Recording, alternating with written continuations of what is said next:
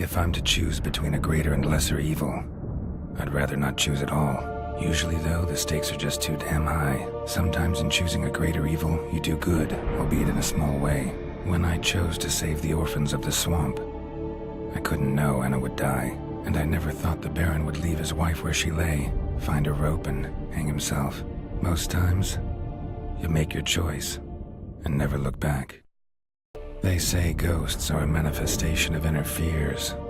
Hauntings are said to be longing and loneliness grown to vast proportions. There's no truth to that. It is true, however, that monsters can be as lonely as humans, and that to conquer one's loneliness, one must first conquer one's fears. Some manage to do just that.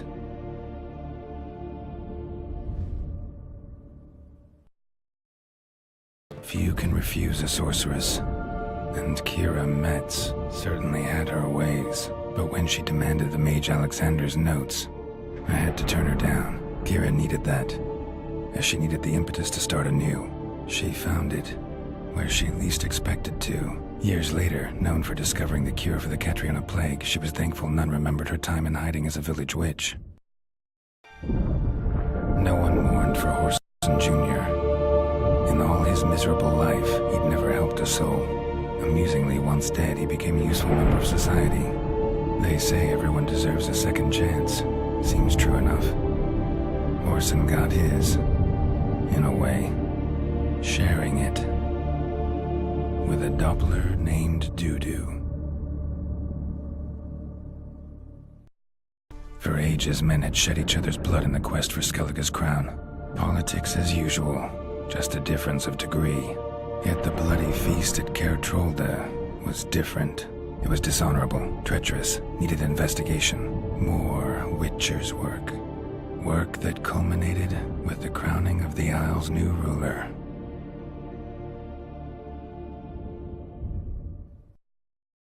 The Third Northern War ended. The invader from the south achieved complete victory. Robbed of Radovid's tactical genius, the Northern Realms could not withstand Ymir's countless legions.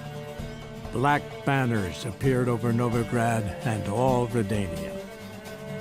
Weary of rebel raids, Emir Var-Emreis conceded, restoring Temeria as a realm in liege to the Empire.